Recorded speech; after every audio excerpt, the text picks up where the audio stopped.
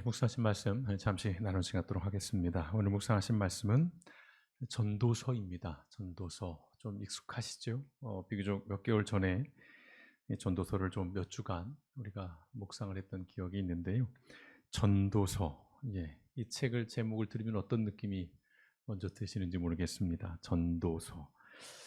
한자로 전도라는 말은 도를 전한다라는 뜻입니다. 그러니까 전도서는 삶의 길을 안내하고 또 알려주는 책이라고 사전적으로 정의할 수 있을 것 같습니다. 물론 길을 알려준다고 해서 인생의 여정이 쉽고 편한 것은 아니죠. 우리가 내비게이션 같은 경우도 잘 알려주지만 때로는 우리가 혼란스럽고 착각하게 돼서 잘못된 길로 들어가기도 합니다. 길을 몰라서 헤매기도 하지만 또 많은 경우엔 알면서도 그 길로 가지 못하는 것이 또 우리 현실이기도 합니다. 무엇보다 이 전도서, 길을 알려주는, 도를 알려주는 그런 책인데 이 책이 좀 친절하지가 않습니다. 그리고 결코 따뜻한 그런 안내서도 아닙니다. 아주 비관적이고 그리고 염세적이고요. 허무주의로 가득 차 있는 매우 우울한 책이라고 할 수 있습니다. 그래서 이 책을 읽다 보면 우리가 길을 찾아가는 것이 아니라 우리가 알던 길도 잃어버리게 만드는 그런 책인데요. 이것은 다분히 의도적입니다. 처음부터 그런 의도를 가지고 그렇게 이 책을 쓴 거예요. 그래서 이 전도서는 제가 종종 이런 표현을 씁니다마는 부정을 통해서 긍정을 찾아가는 그런 책이라고 할 수 있습니다. 이 부정의 핵심은 뭐냐면 의심하라는 거예요. 전도서는 우리에게 끊임없이 이 의심하라고 하는 화두를 던집니다. 인간이 살아가면서 그렇다라고 당연하게 여겼던 것들이 정말 그러한지를 의심하라는 것입니다. 인간이 이 번영과 행복을 얻기 위해서 끊임없이 집착했던 것들, 그리고 삶에서 가치 있다고 여겼던 모든 것들이 정말 그러한가? 정말 가치가 있는 것인가? 정말 의미가 있는 것인가? 그리고 정말 그것이 사실인가? 라고 의심하고 끊임없이 질문을 하라는 것입니다. 살아오면서 의미 있다고 생각하고 또 삶의 우선순위에 두고 살아왔던 것들이 정말로 의미 있는 것인가를 의심하라는 것.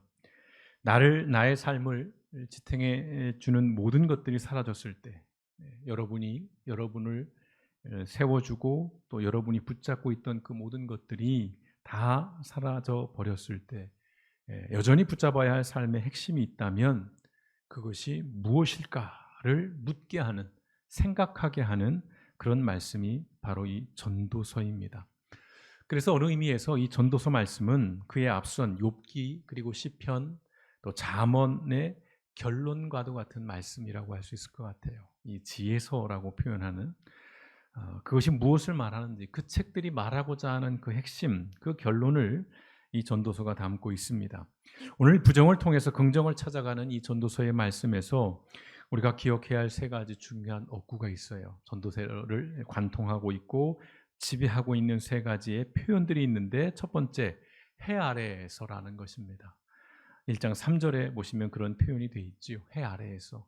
전도서에서는 이 표현이 계속해서 반복이 됩니다. 수없이 등장해요. 자, 해 아래에서라는 것은 공간적으로는 우리가 살아가는 세상, 물리적인 이 공간을 의미하는 것이에요. 또는 현실 세계를 의미합니다. 그런데 이것이 신학적으로는 이런 의미입니다. 하나님이 부재한 상태예요. 해 아래에서의 삶이라는 것은 뭐냐면 하나님이 없는 상태, 하나님이 부재한 상태에서 삶을 바라보는 인간의 관점을 의미하는 것입니다. 해 아래에서 산다라고 한다는 의미가 그거예요. 하나님이 없는 상태예요. 하나님을 배제하고 하나님을 부정하고 세상을 바라보는 인간의 관점을 이 해 아래에서라고 전도서에서 말씀하고 있는 것입니다. 두 번째 핵심적인 표현은 뭐냐면 헛되다라는 것이죠. 물론 전도서에서는 굉장히 이 말이 유명합니다. 1장 2절의 말씀에 상징과도 같은 이른바 시그니처라고 할 수 있어요. 이 헛되다라는 것. 1장 2절에 보시면 전도자가 이르되 헛되고 헛되며 헛되고 헛되니 모든 것이 헛되도다. 라임이 딱딱 맞습니다. 영어도 한번 문장을 넣어봤어요. 헛되다라는 이 말이 히브리어로는 헤벨이라고 하는 단어입니다. 헤벨. 대표적으로는 숨결이라는 뜻을 갖고 있어요. 뭐 안개 또는 바람 뭐 이런 의미도 담고 있는데 숨결이라는 뜻이에요. 의미는 뭐 여러분 직관적으로 아시겠죠. 더덥다, 허무함, 허탈함. 우리가 한숨을 쉴 때 숨을 내쉬고 다 사라져 버리는 것처럼 헤벨이라고 하는 그 의미가 그런 것이에요. 모든 것들이 다 더덥다, 허무하다, 의미 없다 그런 것이죠. 전도서에 계속해서 나오는 표현들이 바로 이 헤벨이라는 말입니다. 또한 세 번째 전도서를 관통하는 핵심적인 표현은 뭐냐면 바람을 잡으려는 것이라는 표현입니다. 전도서에 굉장히 많이 등장해요. 1장 14절에 보시면 내가 해 아래에서 행하는 모든 일을 보았노라. 보라 모두 다 헛되어 바람을 잡으려는 것이로다. 이 말씀에 다 압축되어 있죠. 내가 해 아래에서 행하는 모든 일을 보았노라. 보라 모두 다 헛되어 바람을 잡으려는 것이로다. 공감이 되시죠? 그래 인생 뭐 있어. 다 공이고 다 덧없는 것. 자식 새끼 키워봐야 추석에 명도도 안 주고 뭐 이런 식인 거죠. 자, 이것은 이 바람을 잡으려는 것이라고 하는 의미는 신학적으로 영원한 가치가 없는 것들에 대한 은유를 나타내는 것입니다. 이 전도서에서 영원한 가치가 없는 것들, 지속성이 없고 영속적이지 않은 것들에 대한 은유를 담고 있어요. 오늘 이 세 가지 어구를 통해서 전도서는 우리가 매일매일 살아가고 있는 이 세상과 그리고 그 세상 안에서 경험하는 모든 것들이 얼마나 더덥고 허무하고 헛된 것인가를 끊임없이 이야기해요. 그래서 이 책이 친절하지 않은 것이고 따뜻하지 않은 책이고요. 굉장히 염세적이고 비관적이고 되게 우울해져요. 자, 이런 표현들을 좀 찾아보겠어요. 전도서 2장 1절과 2절에는 이렇게 말씀합니다. 자, 우울해질 준비를 하십시오. 나는 마음껏 즐기며 행복을 누리겠다고 생각하였으나 이건 역시 헛된 것이다. 웃는 것도 어리석은 짓이며 즐거움을 누리는 것도 아무 유익이 없다. 2장 15절 혼자 이런 생각을 하였다. 어리석은 자가 당한 일을 나도 당하게 된다. 그렇다면 내가 지혜로운 사람이 되어 얻은 유익이 무엇인가? 이것도 역시 헛된 것이다. 2장 21절과 23절 사람이 지혜와 지식과 기술을 총동원하여 아무리 수고한 일이라도 그 모든 것을 수고하지 않은 다른 사람에게 넘겨줄 수밖에 없으니 이것도 헛되고 불행한 일이다. 사람이 이 세상에서 애쓰고 수고하여 얻는 것이 무엇인가? 평생을 수고하여도 근심과 고통뿐이며 그 마음이 밤에도 쉬지 못하니 이것도 헛된 것이다. 공감이 팍팍 되고 있습니다. 오늘 묵상하신 이 본문 말씀에서도 그런 말씀이 나와요. 오늘 전도자는 삶에서 즐거움을 얻고 행복을 누리기 위해서 여러 가지 노력을 합니다. 일단 술로 대표되는 어떤 쾌락을 추구하기도 해요. 막 즐거움을 추구합니다. 그러면 인생이 헛되지 않을 것인가? 의미 있을 것인가? 또 사업을 크게 벌입니다. 그래서 크게 성공을 해요. 부를 누립니다. 엄청난 부를 누려요. 그런데 그것으로 원하는 것들을 다 가져보고 누려봤다는 것이지요. 하지만 그 결과, 그 결론이 무엇입니까? 그것이 2장 11절입니다. 같이 읽어보겠습니다. 함께 읽어봐요. 시작. 그러나 잘 살펴보니 내가 애써 이룩한 그 모든 것이 아무런 의미도 없으며 바람을 잡으려는 것처럼 다 무익한 것이었다.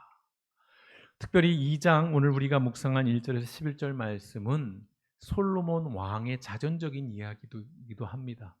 그는 왕으로서 권력을 가지고 있었죠. 그리고 엄청난 부를 가졌던 사람이고요.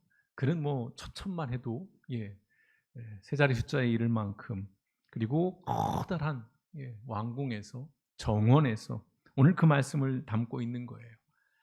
모든 것들을 가져봤고 모든 것들을 누려봤지만 결국 그 결과는 뭐냐? 참 행복하더라. 참 즐겁더라.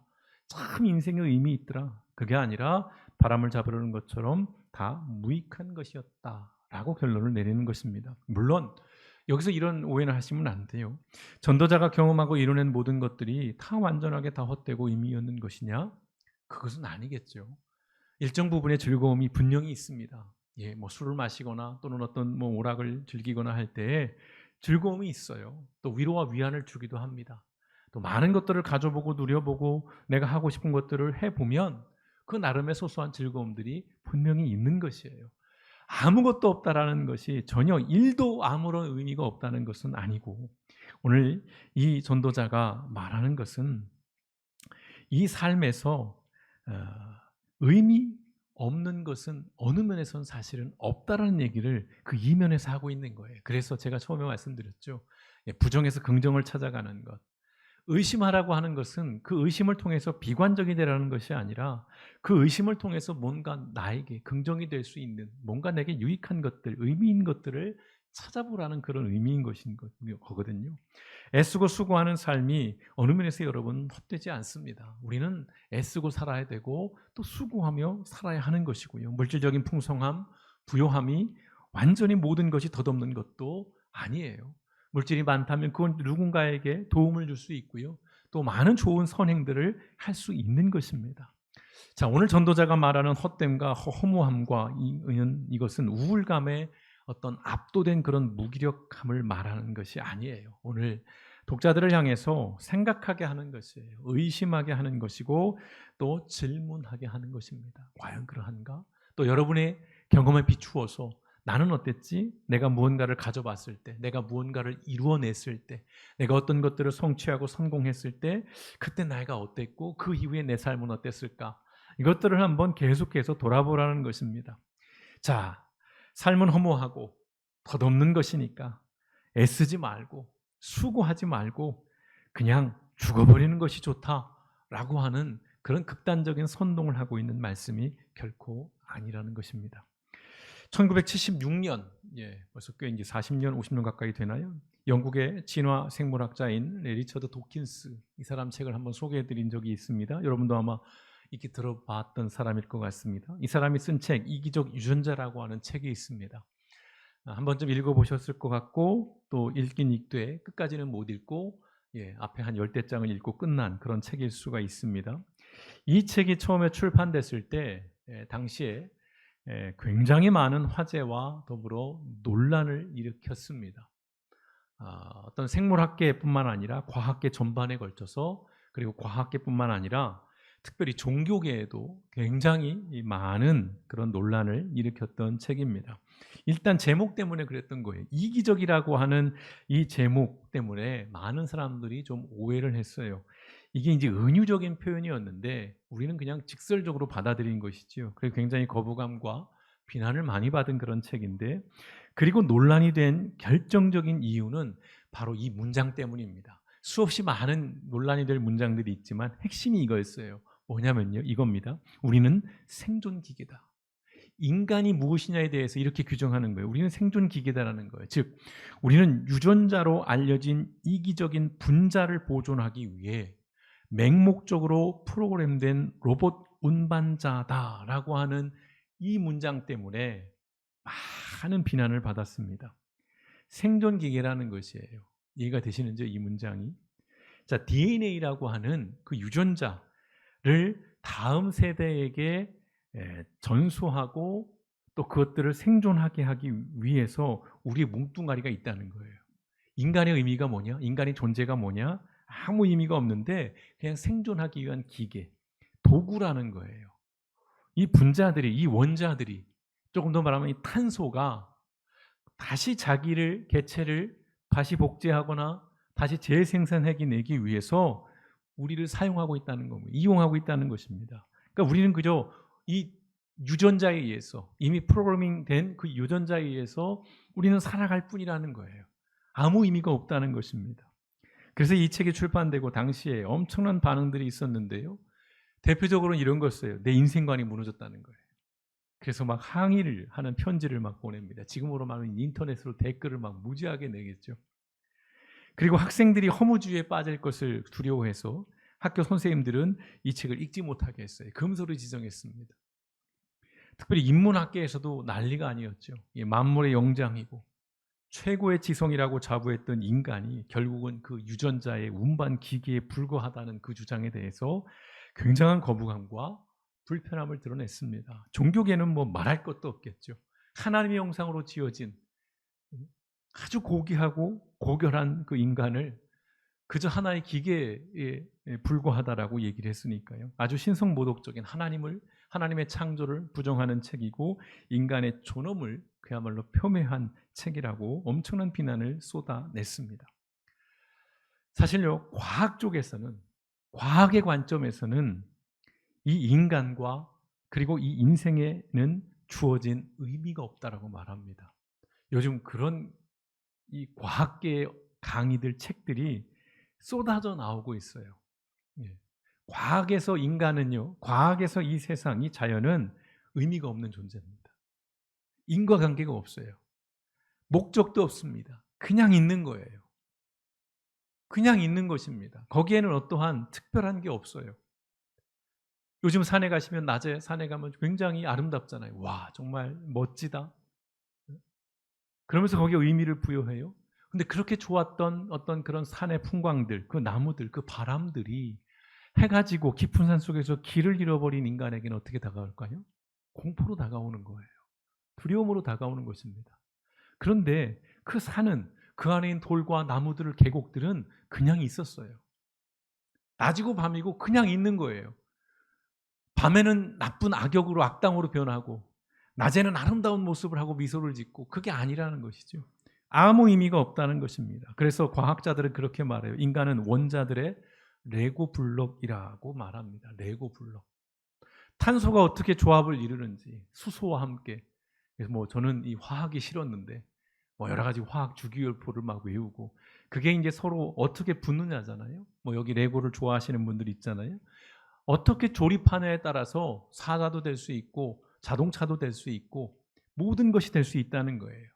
그 원자들의 조합에 의해서 우리는 인간이 된 것이고, 99% 똑같은 원자의 구성을 갖고 있지만 어떤 개체는 침팬지가 되고 오랑우탄이 된 거라는 거예요. 그냥 블록인 거예요. 레고 블록이라는 것입니다. 여러분들은 어떻게 생각하시는지. 야, 그래, 인간이란 정말 원자로 구성된 물질일 뿐이니까 진짜 가치도 없고 의미도 없고 목적도 없다. 난 이제 유물론자가 되겠다. 이러시겠습니까? 아니면 하나님의 창조를 부정하고 인간을 물질화시켰다는 이유로 저 책을 당장 불태워 버리시겠습니까?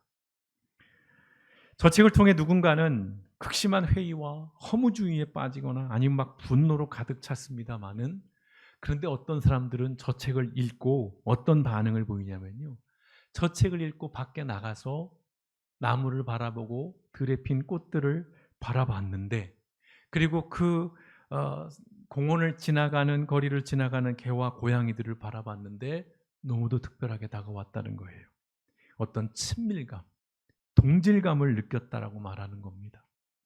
여러분, 이런 태도와 이런 반응이 오히려 더 성경적이고 이것이 거룩한 것이 아닐까요? 하나님이 모든 것들을 만드셨잖아요. 사람만 만든 것이 아니라 하나님이 나무도 만들고 강도 만들고 돌도 만들고 동물들도 만들었어요.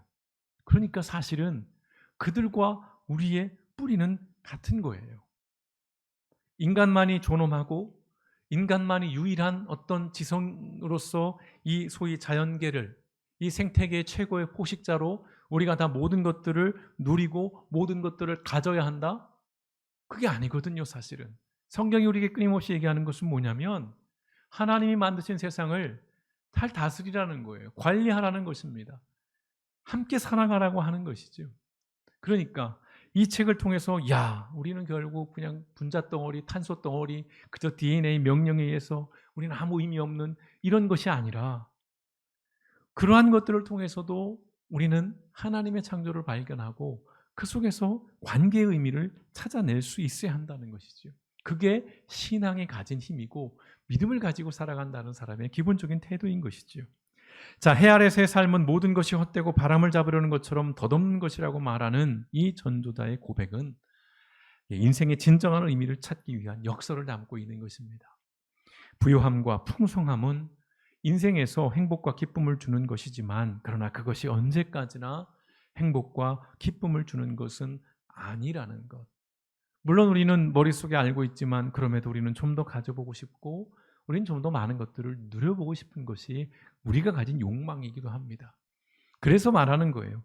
내 욕망을 끊임없이 부추기고 내 욕망에 충실하게 살아갈수록 결국은 우리의 삶은 불행해진다는 것을 말해주고 있는 것입니다. 오히려 그것이 오히려 삶을 더 빈곤하게 하고 메마르게 만들기도 한다는 것입니다. 지금 세상을 보십시오. 그 어느 시대보다도 가장 풍요롭고 가장 풍성한 시대를 살아가지만 그 어느 시대보다도 더 메마른, 더 궁핍한 그런 더 어떤 갈증 나는 인생들, 그런 세상들이 되고 있잖아요. 사랑이 삶을 행복하게 만들지만 그 사랑이 삶을 불행하게 만들기도 하는 것이죠. 아울러서 빈곤과 결핍은 분명 우리의 삶을 불행해요. 불행하게 만듭니다. 고통을 줘요. 그런데 한편으로 그것이 우리를 겸손하게 만들기도 하고 또한 작은 것에 감사하는 삶을 살게도 한다는 것입니다. 부정 속에도 긍정이 있고 긍정 속에도 부정이 있다라는 말씀을 드리고 싶은 겁니다. 전도서는 삶의 상황이나 또는 삶의 형편이 가장 직접적으로 행과 불행을 나누고 희와 노와 애와 락을 결정짓는 것처럼 보이지만 그렇게 보여요. 근데 실제로는 그렇지 않다는 것입니다. 50평 펜트하우스, 100평 펜트하우스에 살고 외제차를 타고 다니고 많은 현찰을 지갑에 두둑하게 갖고 다니고 그러한 삶이 우리가 볼 때는 행복해 보여요. 물론 그들이 행복할 수도 있습니다. 그러나 정말 그들이 일상에서는 또 그러한 행복, 우리가 생각하는 크기만큼의 행복이나 그런 즐거움을 누리고 있을까? 실제는 그렇지 않다는 것이죠. 삶의 상황을 바라보는 관점과 태도에 따라서 그 의미가 달라지고 의미가 달라진다면 삶의 내용도 달라진다는 것입니다. 그 전도서가 우리에게 말씀해 주는 것입니다. 여러분, 해 아래서의 삶에서 영원한 것은 없습니다. 절대적인 것도 없습니다. 그래서 그 지드래곤의 노래가 굉장히 성경적인 거예요. 영원한 것은 없습니다. 무슨 노래인지 혹시 모르시는 것인가요? 찾아보시면 좋을 것 같고요. 자, 인간이란 존재는 여러분 행복을 추구하는 존재가 아니라는 것. 이거 아마 많이 들어보셨을 거예요. 행복을 추구하기 위해서 우리가 존재하는 것이 아니라는 것입니다. 그럼 뭐요? 우리는 의미를 추구하는 존재입니다. 의미는 다른 말로 관계라고 표현할 수 있을 것 같아요. 우리는 그렇게 창조가 되었어요. 처음부터 우리는 그렇게 창조됐습니다. 관계라는 곳에서 창조가 된 거예요. 그래서 하나님의 형상으로 우리를 창조한 것이에요. 하나님과의 관계성입니다. 하나님의 성품, 하나님의 품성이 우리 안에 있어요. 비록 깨져 있지만. 그리고 하나님 만드신 자연에도 하나님을 볼 수 있는 신성이 깃들여 있는 겁니다. 우린 거기에서 관계를 찾아가는 거예요. 의미를 계속해서 찾아가는 것입니다. 단순히 부와 건강이 우리의 행복을 보장해 주지는 않는다는 것입니다. 우리가 살아가는 삶이 헛되지 않고 허무하지 않으려면 행복을 삶의 목적으로 삼지 말아야 한다는 것이죠. 끊임없이 의미를 추구해야 한다는 것입니다. 관계를 추구해야 된다는 것이에요. 다시 말씀드립니다. 삶의 의미는 다른 사람과의 관계 속에서 얻어지는 거예요. 물론 사람이 사람과 더불어 사는 것이 결코 쉽지 않아요. 그래서 산으로 들어가기도 하고 그래서 다 고립되어서 단절하기도 합니다. 그저 나 혼자 사는 게 편하기도 하고 즐겁기도 해요. 일정 부분은 동의합니다만은 그러나 인간은 본질적으로 홀로 행복할 수 없는 존재라는 것이고요. 그렇게 분리된 채 살아갈 수는 없다는 것입니다. 더러 우리가 함께 살아가기 위해서 갈등도 필요하고 겪게 되고 불필요한 에너지 소모를 겪게 되지만 그러나 결국 그 모든 것들이 과정이라는 것이죠. 인간이 인간답게 살아가기 위해서는 분명 그 관계 안에서 의미를 찾아야 한다는 것입니다. 그래서 이 말씀을 다시 드립니다. 능력주의를 정의로 여기고 경쟁주의를 공정으로 삼는 사회에서의 삶은 시간이 흘러갈수록 헛되고 덧없어질 뿐입니다. 요즘 들어 왜 무슨 묻지마 범죄, 이른바 칼을 꺼내서 공공장소에서 사람을 해하고 하는 일, 물론 예전에도 있었지만 요즘 들어 그런 경향성들이나 그러한 일들이 하나의 유행처럼 번지는가를 생각해 보면 다른 것들이 없는 거예요. 그들이 가지고 있는 열패감, 그들이 가지고 있는 어떤 그런 무너진 마음들. 그럼 누군가는 말해요. 야, 네가 더 열심히 노력하면 되는 거지. 네가 더 열심히 네 스스로 더 열심히 너를 투자해서 경쟁력을 갖추고 능력을 갖추면 되는 거지. 물론 그럴 수 있어요. 노력하지 않은 사람일 수 있습니다. 그러나 노력했지만 애썼지만 삶의 희망을 길을 찾지 못한 사람들, 그 누구도 손 내밀어 주지 않고 그저 그 사람들을 실패자로 그렇게 낙인 찍고 무능자로 낙인 찍는 그러한 사회 속에서 그러한 사람들은 앞으로 점점 더 많아질 것이라는 겁니다. 각자 도생의 시대에서는 삶의 의미를 찾을 수가 없다는 것이에요. 오직 본능, 오직 욕망만이 있을 뿐이라는 것입니다. 하나님이 부재한 해 아래에서의 삶은 모두가 저마다의 행복을 추구하다가 모두가 불행해지는 그런 세상이 되고 만다는 것입니다. 그래서 전도자는 해 아래에서의 삶이 헛되지 않고 바람을 잡으려는 것 같이 덧없지 않기 위한 분명한 길을 우리에게 말씀해 주는 것입니다. 그것이 오늘 이 전도서의 결론이고 욥기와 시편과 잠언의 결론입니다. 어떤 말씀입니까? 우리가 이미 예전에 묵상했던 전도서 12장 13절에서 14절의 말씀, 마지막 말씀이죠. 같이 한번 읽어보겠습니다. 시작. 이제 모든 것을 다 들었으니 결론은 이것이다. 하나님을 두려운 마음으로 섬기고 그의 명령에 순종하라. 이것이 사람의 본분이다. 선하건 악하건 하나님은 우리가 하는 모든 일을 은밀한 것까지 다 심판하실 것이다. 결론이에요. 이 전도자가 수많은 삶을 경험해보고 모든 것들을 누려보고 모든 것들을 가져본 끝에 내리는 결론이 그것이에요. 하나님을 두려운 마음으로 섬기고 그의 명령에 순종하라는 이 말씀. 그러나 여러분, 이것을 비단 종교적인 삶의 영역으로 국한시키지 않으셨으면 좋겠어요.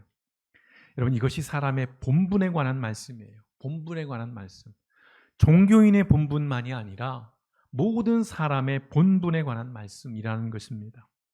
하나님이 사람에게 주신 본래의 직분에 따른 책임이나 의무, 이것이 본분인데, 사전적인 의미인데요. 그게 뭡니까? 우리가 여러 번 들었던 그 말씀, 하나님을 사랑하고 이웃을 사랑하는 삶. 이것이 모든 사람의 본분이라는 것입니다. 우리는 현실 속에서 애쓰고 수고하며 살 수밖에 없어요. 여러분, 이제 연휴가 끝나고 다시 일상으로 돌아가시면 또 치열하게 살아가야 할 것입니다. 꼭 일상 현장이 아니더라도 가정 안에서도 우리는 계속 애쓰고 수고하며 살 수밖에 없어요. 그 과정에서 가족들에게도 상처받기도 하고 직장 선후배들, 동료들에게, 상사에게도 상처받기도 하고 고통을 경험하기도 합니다. 행복하기도 하고 더러 불행하기도 하죠. 하지만 그것이 삶의 본질은 아니라는 것입니다. 그런 환경 속에서도 악한 것과 무도한 것들을 멀리하고 그럼에도 선한 것과 올바른 것을 추구하는 그 삶의 방향과 태도를 포기하지 않는 것, 그것이 하나님이 원하시는 삶이고 그것이 결국은 인간이 인간답게 사는 삶이라는 것입니다. 그러할 때, 그러한 삶을 살 때 그런 인생은 결코 헛되지 않다는 것입니다. 여러분, 삶은 허무하지 않습니다. 왜냐하면 이 삶은 그저 우연히 우리가 이 땅에 태어났다가 우연히 죽는 것이 아니라 분명한 하나님의 계획 속에서, 하나님의 그 주관 속에서 우리의 삶이 영위되고 있기 때문에 우리는 본질상 헛된 인생이 될 수가 없어요. 다만 내 욕망만을 추구하고 내 어떤 이기적인 마음 속에서 살아간다면 그 끝은 허무할 수밖에 없는 것이죠. 여러분의 삶은 지금 어떤지 모르겠습니다. 어떤 상황인지, 어떤 마음인지는 모르겠어요. 여러분이 어떠한 형편에 있든 어떠한 상황에 있든 여러분, 그것이 본질이 아니라 그러한 상황과 형편 속에서도 하나님을 향한 그 시선을 포기하지 않는 것, 그리고 나를 향한 하나님의 계획이 무엇이고 또 나에게 무엇을 하나님이 기대하고 있는가를 끊임없이 성찰하고 돌아보시면서 오늘 나와 함께 살아가고 있는 그 사람들과 더불어서 나는 어떤 역할들, 내 삶에 어떤 의미를 만들어 가야 하고 어떤 관계성들을 형성해 가야 하는지를 다시 한번 고민하는 삶. 예, 번거로워요. 피곤합니다. 그러나 이 수고를 포기하는 순간 우리는 정글에서 살 수밖에 없는 겁니다. 우리는 동물과 전혀 다르지 않은 그런 인생 되는 거예요. 침팬지고 다 오랑우탄 같이 아메바처럼 살아가는 삶일 수밖에 없다는 것입니다.